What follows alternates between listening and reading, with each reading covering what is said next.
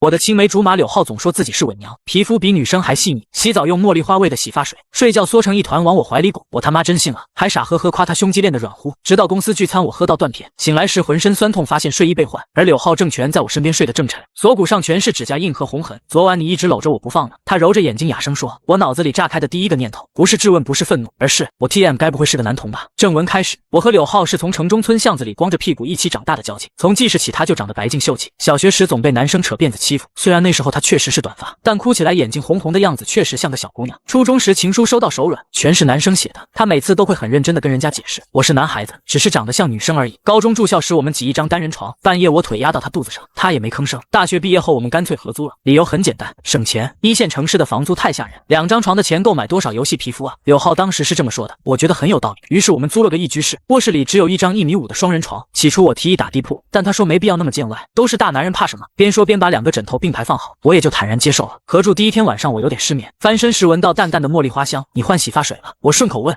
之前那款停产了。他的声音隔着10厘米传过来，挺好闻的，谢谢。他顿了顿，睡吧。那之后我们就一直共享这张床，3年下来形成了固定的作息。我习惯侧躺朝着他那边，他习惯平躺双手交叠在胸前。有时候我半夜醒了会发现他缩成一团，后脑勺露在被子外面，头发乱糟糟的，我会顺手把他被子掖好，然后继续睡。偶尔他加班晚归，轻手轻脚爬上来，带着一身凉气和那股茉莉花香，我半梦半醒间嘟囔一句回来了，他低低的嗯一声，然后背对我躺下。第二天早上醒来时却总是面对面，有时候我胳膊还搭在他腰上，你这睡相真是10年如一日。他每次这么说的时候耳朵尖都有点红，我只当是男生之间打闹的常态，完全没多想，毕竟他平时穿衣打扮都很男性化，宽松 T 恤运动裤平底球鞋，说话声音也是清朗的少年音，虽然偏柔和但绝不女气。唯一让我偶尔觉得奇怪的是，他从来不当着我面换衣服，洗澡时浴室门锁的死紧，夏天再热也不打赤膊，我体寒怕着凉，他这么解释我也就没当回事，可能南方人都这样讲究吧。上个月我生日，部门组织聚餐，我被灌了不少酒，最后几乎是飘着回家的，模糊记得是柳浩来地铁站接的我，他架着我胳膊往家走的时候，我一直往他身上靠，兄弟你好香啊，我把脸埋在他颈窝里嘟囔，别闹，他偏头躲开，呼吸有点乱，都是兄弟让我靠一下怎么了？我耍赖，他叹了口气没再躲。后来怎么上的楼怎么进的屋全忘了，在睁眼时是第二天早上，头疼的像要裂开，我发现身上睡衣换了一套，而柳浩还在旁边睡着，睫毛垂下一片阴影，嘴角微微抿着，看起来比平时更柔和。我盯着他看了几秒，突然觉得不对劲，他锁骨上有几道明显的红痕，像是被什么抓出来的。我猛地坐起来掀开被子，床单中央有一小块暗色的痕迹，皱巴巴的像是没洗干净。脑子里嗡的一声，某些模糊的画面开始闪回，黑暗里压抑的喘息，滚烫的皮肤相贴，手指陷进柔软腰窝的感觉，还有耳边带着哭腔的轻点。我僵在原地足足5分钟，然后摇醒了柳浩，昨晚发生什么了？我嗓子发干，他慢慢睁开眼睛，眼神还有点朦胧，你断片了，声音带着刚睡醒的沙哑。大概。我盯着他锁骨上的痕迹，你吐了自己一身。他坐起来揉了揉头发，我帮你换了衣服，然后呢？然后你说冷非要抱着我睡，再然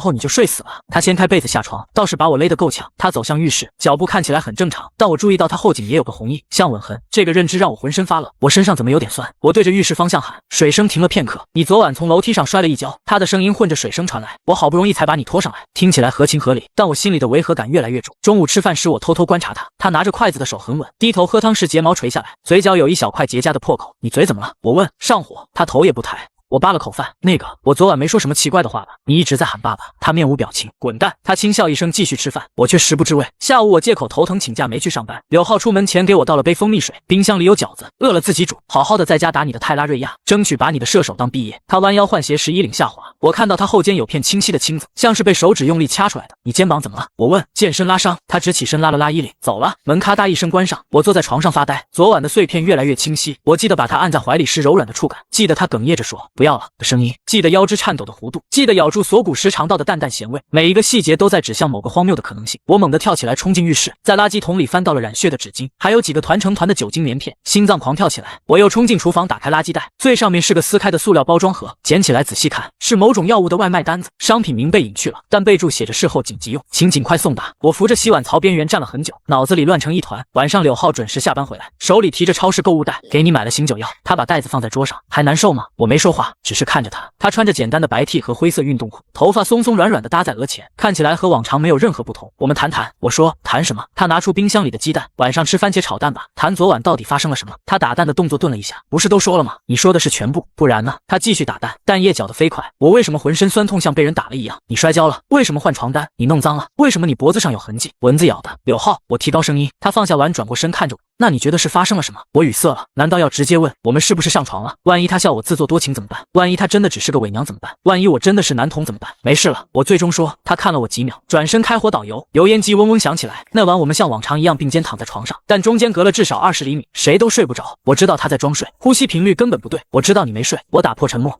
他应了一声。我昨晚是不是对你做了过分的事？他没有立刻回答，过了很久才轻轻说，你不记得就算了。我想知道，知道又能怎么样呢？他翻过身面对我，你会负责吗？黑暗里他的眼睛很亮，带着某种我读不懂的情绪。负责什么？我喉咙发干。负责。他靠近了一点，对我好一点。茉莉花香萦绕过来，我突然发现他的眼睛其实很大，眼角微微下垂，显得很无辜。怎么个好法？我哑声问。比如明天帮我洗袜子。他突然笑了，开玩笑的。睡吧。他转回去背对我，留下我一头雾水。第二天是周六，我醒来时柳浩已经起了，正在阳台晾衣服。我眯着眼看他踮脚挂衬衫的背影，腰细的不可思议。早餐在桌上，他头也不回地说。我啃着油条刷手机，突然弹出条消息，来自同事大刘。昨天看你醉成那样没敢问，接你那个美女是谁啊？女朋友藏得够深的。我愣住了，什么美女？我回复，就那个矮你半个头白的发光的，搂着你胳膊走的，不是你麻子。我的手指僵在屏幕上，那是我发小男的。我打字，卧槽，真的假的？长得也太漂亮了吧，我还以为是个妹子，而且看你的眼神绝对有问题。你俩真没事。我放下手机看向阳台，柳浩正把最后一件衣服挂上去，抬手时 T 恤下摆露出一截腰肢，白皙纤细的不像男人的身体。看什么？他注意到我的视线，放下衣筐。大刘说昨天接我的是个美女。我盯着他，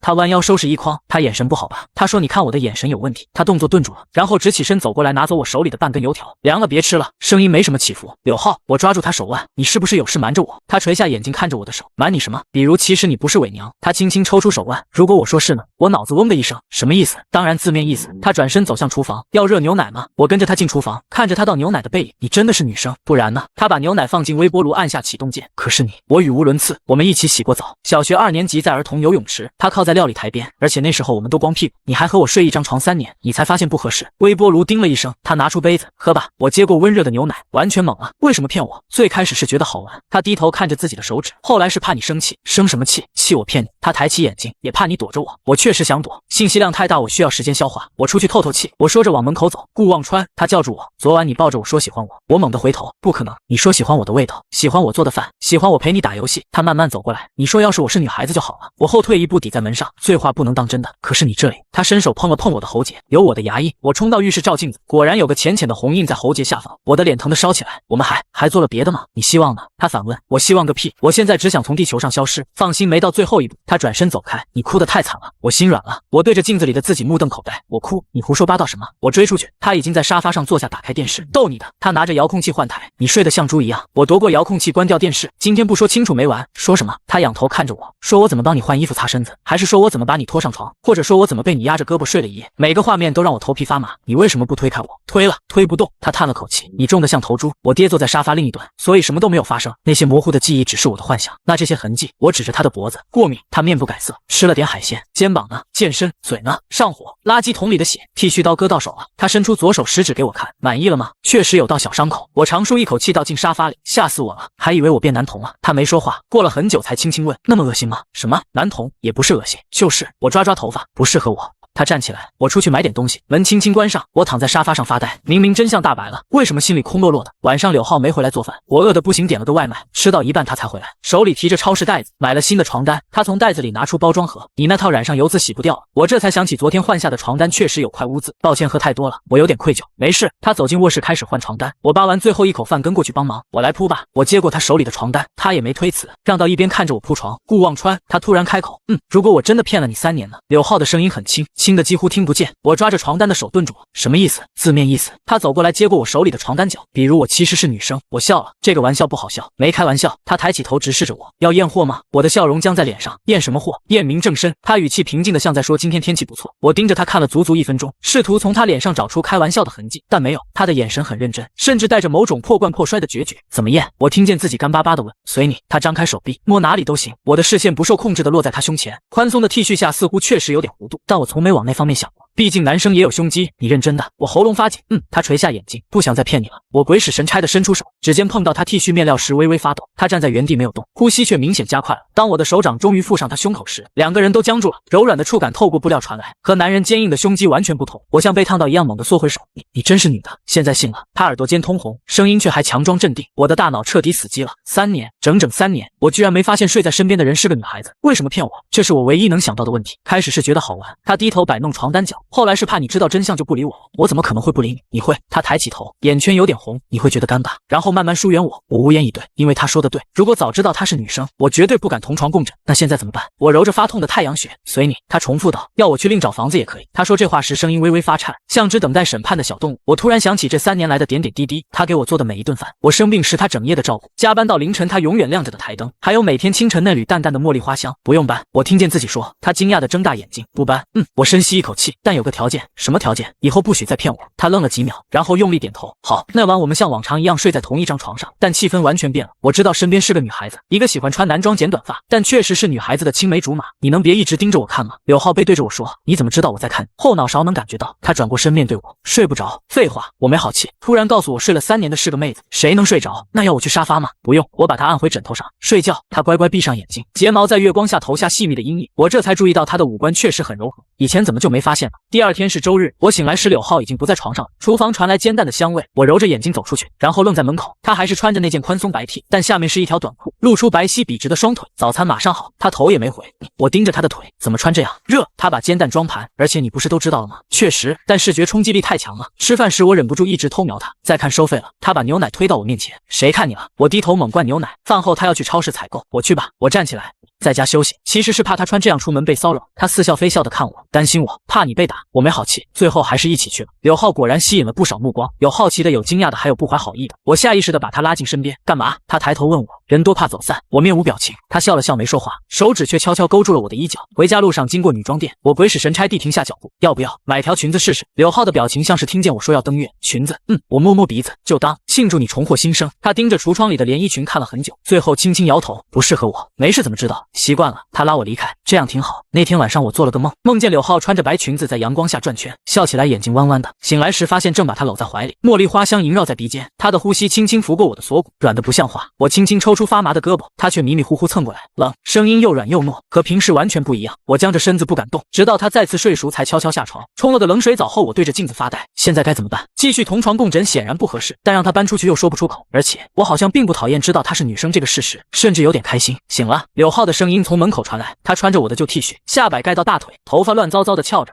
我迅速关掉水龙头，马上好。吃饭时我们都很沉默，最后是我先开口，今天我去买张折叠床吧。他拿筷子的手顿住了，为什么？你是女生，我是男生，睡一起不合适，3年都睡过来了，现在才说不合适，那不一样。我提高声音，那时候我不知道，知道了就受不了了。他放下筷子，觉得恶心，我不是这个意思。那是什么意思？他眼圈有点红，因为我是女生，所以连朋友都做不了了。当然不是，那就照旧。他站起来收拾碗筷，我都不介意，你介意什么？我看着他走进厨房的背影，第一次发现他其实很瘦小，肩胛骨在 T 恤下清晰可见。那天晚上我们依然睡在同一张床上，但中间隔了一条无形的3八线。我睡觉不太老实，临睡前我说，要是越界了你就踹我。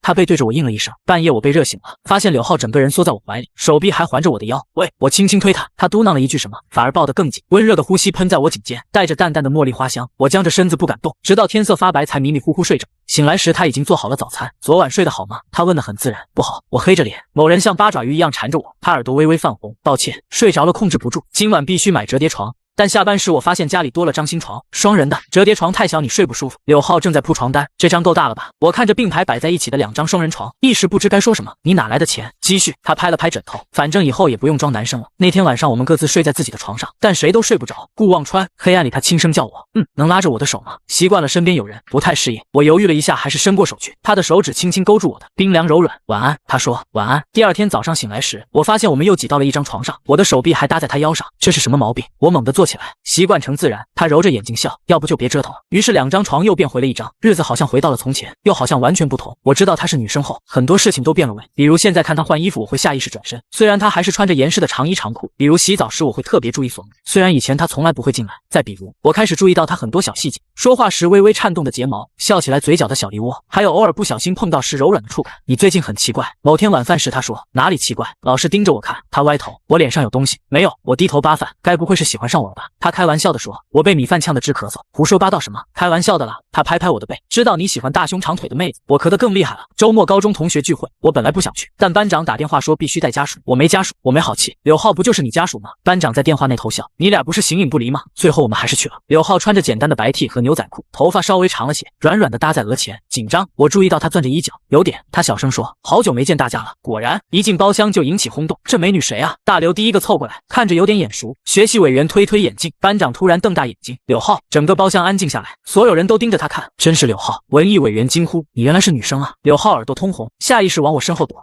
之前没说清楚，怪不得以前都不和我们一起洗澡。体育委员恍然大悟，大家哄笑起来，气氛突然变得轻松。所以你们现在……大刘用胳膊肘撞我，在一起了？没有，我立刻否认，还是室友同居啊！众人起哄，柳浩的脸红得要滴血，我赶紧拉他坐下，别瞎说，喝酒喝酒。那晚他被灌了不少酒，我也喝得晕乎乎的。回家路上他一直拽着我衣角，头晕，声音软绵绵的，活该！我扶住他，不能喝还喝那么多，开心吗？他仰头对我笑，大家都接受我了。路灯下他的眼睛亮晶晶的，嘴角的小梨窝若隐若现。我突然觉得心跳漏了一拍，傻样，我别开脸。到家后他直接瘫在沙发上，我要睡这里，会着凉的。我拉他起来，回床上睡。不要，他耍赖，除非你抱我过去。我愣在原地，这丫头真是喝醉了，自己走。不要嘛，他拖长音调，顾哥哥。我浑身一激灵，这称呼他起码10年没叫过了。最后我还是把他抱回了卧室，亲得不像话。晚安，把他塞进被窝时我轻声说，他却突然搂住我脖子，一起睡吗？别闹，以前都一起睡的。他委屈巴巴，是不是因为我是女生就不行了？是，歧视女性。他嘟嘴，我要告你。我被他逗笑了，去哪告？去妇联。说完自己先笑场了，笑着笑着突然安静下来。顾望川，他轻声唤我，如果我说我喜欢你，你会讨厌我吗？空气突然安静，我看着他泛红的脸颊，水蒙蒙的眼睛，还有微微张开的嘴唇。你喝醉了。最后我说，也许吧。他松开手，翻过身，晚安。那晚我失眠了，满脑子都是他那句我喜欢你，还有这3年的点点滴滴。第二天他果然断片了。我昨天没说什么奇怪的话吧？吃早餐时他小心翼翼地问。没。我低头喝粥，就说了些妇联什么的。他明显松了口气，但眼神里又有点小失落。那天之后，有些事情悄悄变了。我开始注意他的一举一动，看他做饭时哼歌的样子，看他窝在沙发里打游戏的侧脸，看他睡着时微微颤动的睫毛。而且我发现自己越来越忍不住想靠近他，想闻他身上的茉莉花香，想碰碰他软软的脸颊，想你最近真的很奇怪。某天晚上他说，又怎么了？老偷看我。他歪头，该不会真喜欢上我了吧？这次我没有反驳，他愣了一下，随即笑起来，开玩笑的啦。如果我说是呢？笑容僵在他脸上。什么？我说如果。我移开视线，如果我喜欢上你了呢？他沉默了很长时间，长到我以为他睡着了。那就试试。声音轻的几乎听不见。是什么？在一起。他抬头看我，眼睛亮得惊人。反正我们都睡3年了。于是我们就这样莫名其妙的开始了。从青梅竹马变成情侣，其实生活并没有太大变化。我们还是共享一张床，他还是用那款茉莉花香的洗发水，我还是习惯性的搂着他睡。但有些东西确实不一样，比如现在我可以正大光明的亲他，虽然一开始他总是躲。渣，他推开我的脸，胡子该刮了。比如我可以自然的牵他的手出门，虽然他还是会被误认成男生。你女朋友好帅啊，经常有人这么说。再比如我开始给他买裙子，真的不用。他看着袋子里的连衣裙一脸抗拒。试试吗？我哄他，就一次。最后他还是试了。白色雪纺裙，长度到膝盖，露出纤细的小腿和脚踝。奇怪吗？他不安地扯着裙摆。我愣愣地看着他，平时穿男装不觉得，现在才发现他原来这么好看。我哑声说，他耳朵红了。真的？我走过去轻轻抱住他，以后多穿裙子吧。不要。他把脸埋在我胸口，不方便。但那天之后他确实开始穿女装了，虽然还是以裤装为主，偶尔穿裙子必定配打底裤。防狼。他理直气壮。我哭笑不得。家里就我一个狼，就是防你。他捏我脸。大色狼。我们像所有情侣一样约会，看电影，逛超市，压马路，也像所有同居情侣一样吵架，为了谁洗碗，为了挤牙膏的方式，为了空调温度，但最后总是会和好，通常是以我认输告终。错了没？他揪着我耳朵。错了。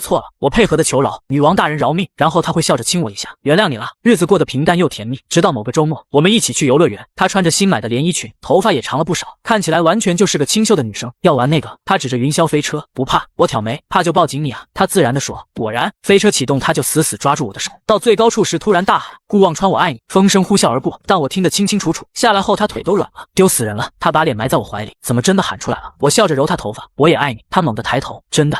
我亲亲她额头。比你早。早多久？可能从你说自己是伪娘的时候就开始了。他瞪大眼睛。那么早？他眼圈突然红了。笨蛋，那天晚上他特别主动。等等，我按住他解我扣子的手。你想好了？早就想够了。他继续手上的动作。还是说你不想要？要。后来的事情顺理成章。他疼得直掉眼泪，疼就咬我。我吻去他的泪珠，他却摇摇头。值得。那一刻我突然想起醉酒那晚，所以那天我们到底有。他搂紧我的脖子，也是我帮你换的衣服。他轻笑。我是自愿的。我心疼的亲亲他。对不起，笨蛋。他仰头吻我。我爱你。之后的日子更是蜜里调油，我几乎每天都黏着他。上班前要亲，下班回家第一件事要亲，做饭时从后面抱他，看他耳朵慢慢变红，睡觉时必须搂着，手还总不老实。热。他抗议。空调调低点。我继续手上的动作。他转身面对我，眼睛在黑暗里亮晶晶的。你怎么这么粘人啊？不行吗？我理直气壮。我女朋友我不能粘。他笑着凑过来亲我。准了。有时候他会突然不安。你真的不介意我骗了你这么多年？介意。我故意板起脸，所以要用一辈子补偿我。他就笑着扑进我怀里。好呀。我们也见过双方父母，他爸妈早就知道我的存在，终于在一起了。他妈妈抹眼泪。这丫头从小就说要嫁给给你。我爸妈更是惊喜，早知道是女生就催你们结婚了。我妈拉着她的手不放，现在她正窝在我怀里看电视剧，头发已经长到肩膀，穿着我的衬衫当睡衣。明天陪我去剪头发吧。她仰头问我，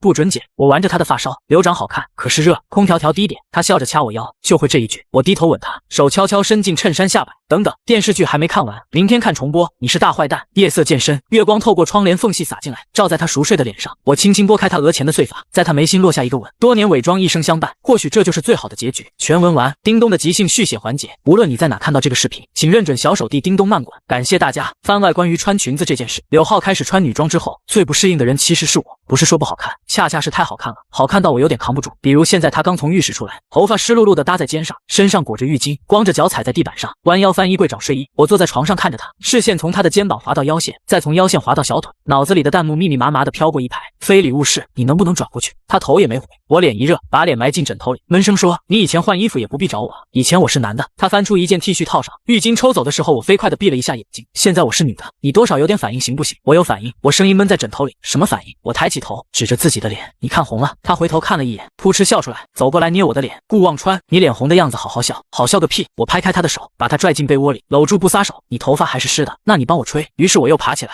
拿吹风机给他吹头发。他盘腿坐在床边，我站在他身后，手指插进他发丝里慢慢拨，头发已经长到肩膀了，发尾微微卷起来，吹干之后蓬松柔软，摸起来像只毛茸茸的小动物。柳浩，你什么时候开始留长发的？你发现我是女生之后。他顿了顿，你不是说长发好看吗？我手顿了一下，继续吹。其实你不用为了我留，不是为你。他声音很轻，是我自己想试试，以前不敢，怕被人看出来，现在不用装了，就想试试看自己长头发的样子。我把吹风机放下来，从背后抱住他，下巴搁在他肩膀上。好看吗？他问。好看。我把脸埋在他颈窝里，闻到那股茉莉花香，特别好看。他笑起来，偏头蹭了蹭我的脸。那你以后帮我吹头发，每天都吹。说好了。他伸出手指勾住我的小指，拉钩。我笑着跟他拉了钩。柳浩穿裙子这件事，其实经历了一个漫长的过程。第一次是我买了那条白裙子回来，他是穿的时候在镜子前站了10分钟，最后红着脸脱下来，说还是算了吧。我没逼他，把裙子挂在衣柜里，说等你想穿的时候再穿。第二次是某个周末，我们要去逛超市，他犹豫了半天，从衣柜里拿出那条裙子，又放回去又拿出来，穿吧。我靠在门框上看他，可是什么？他咬了咬嘴唇，可是万一被人看出来是男的怎么办？我走过去，捧着他的脸认真的说，柳浩你是女的，从头到脚从里到外都是女的。他眼圈突然红了，扑进我怀里闷闷的嗯了一声。那天他穿着白裙子跟我逛了超市，全程紧张的攥着我衣角，像只受惊的小鹿。有个小朋友跑过来仰头看他，姐姐你好漂亮。他愣了半天才反应过来，耳朵红得快滴血，蹲下来小声说谢谢。小朋友跑开后他站起来，眼睛亮亮的看我，他叫我姐姐。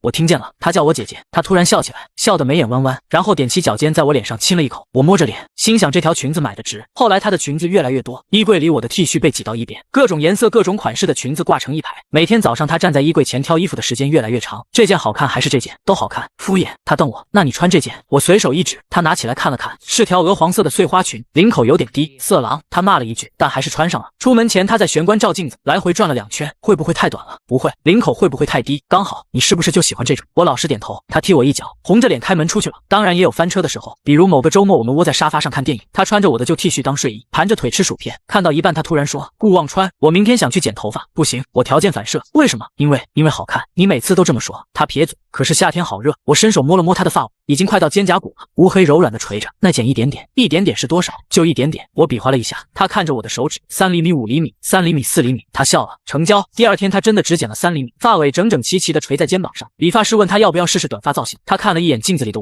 我正对着他挤眉弄眼，然后摇头，不剪了，有人不让。理发师笑了，我在旁边假装看杂志。还有一次他心血来潮要穿高跟鞋，我在商场里扶着他，他像只刚学走路的小鹿，歪歪扭扭的走了2步就挂在我胳膊上。不行，脚要断了，那就别穿了。不行，买了就要穿。他倔强的又走了几步，最后整个人挂在我身上，脸埋在我胸口，声音闷闷的，背我。我蹲下身把他背起来，他趴在我背上踢掉高跟鞋，拎在手里晃。顾望川，我是不是很麻烦？是挺麻烦的。他在我背上捶了一下，但是我喜欢。他不说话了，但搂着我脖子的手紧了一点。路过奶茶店，他拍拍我肩膀，我要喝奶茶，刚才不是说不喝吗？现在想喝了。什么口味？你猜。我叹了口气，背着他去买奶茶，珍珠奶茶，少糖去冰，多加珍珠。店员看了一眼我背上的人，笑了。你女朋友的口味记得真清楚。柳浩把脸埋在我肩膀上，耳朵红透了。出了奶茶店，他咬着吸管，声音含含糊糊的。你什么时候记住我爱喝什么的？一直都记得。那你还记得什么？记得你不吃香菜，不吃苦瓜，吃辣会流眼泪，喝醉了会抱着我喊顾哥哥，睡觉喜欢缩成一团，怕打雷但是死都不承认，夏天不开空调睡不着，但是开了又嫌冷。每次都是我半夜起来调温度。他不说话了，安静。安静地趴在我背上。过了很久，他把脸贴在我脖子上，声音很轻：“顾望川，你怎么什么都知道？”我笑了笑没回答，因为从你6岁揪着我衣角哭鼻子的时候，我就开始记了。回家的路很长，路灯一盏一盏亮起来。他趴在我背上咬着吸管，脚上的鞋一晃一晃的。顾望川，我们以后养只猫吧？行，再养只狗？行，再养只仓鼠？你是要开动物园吗？他笑起来，笑声在夜风里飘。那你呢？他忽然问。什么？你以后想养什么？我想了想，养你。他不说话了，我以为他睡着了，正要转头看他，脖子上忽然落下温热的触感。他亲了我一下，说话算话。他说，我笑了，把他往上拖了拖，说话算话。后来我们真的养了一只猫，白色的，很粘人，每天晚上非要挤在我们中间睡。柳浩给他起了个名字叫团子，说是因为他白得像糯米团子。团子最喜欢趴在柳浩腿上，呼噜呼噜的蹭他的手。有一次我加班到很晚回家，看见他窝在沙发里睡着了，电视还开着，团子趴在他肚子上，一人一猫睡得正香。我轻轻把团子抱下来，他不满地喵了一声，跳上猫爬架继续睡。我把毯子盖在他身上，他迷迷糊糊地睁开眼。回来了，吃饭了吗？还没，冰箱里有饺子，我给你煮。他说着就要爬起来，被我按回去，我自己煮，你睡吧。他闭上眼睛，手指却勾住我的衣角，快点回来。好，等我吃完饺子洗完碗回卧室，他已经滚到我那半边床上，把我的枕头抱在怀里。我轻轻抽走枕头，他翻了个身，嘴里嘟囔了一句什么，我凑近了听。顾望川大笨蛋，我笑了，躺下来把他搂进怀里，他自动缩成一团，脸贴在我胸口，呼吸慢慢变得平稳。团子不知道什么时候跳上床，在我脚边找了个位置趴下来，尾巴卷在我脚踝上。窗外月光很亮，窗帘的缝隙里透进来一道银白色的光。我低头亲了亲他的发顶，从伪娘到女生，从兄弟到恋人，我们走了整整20年，往后的日子还长着呢。番外完。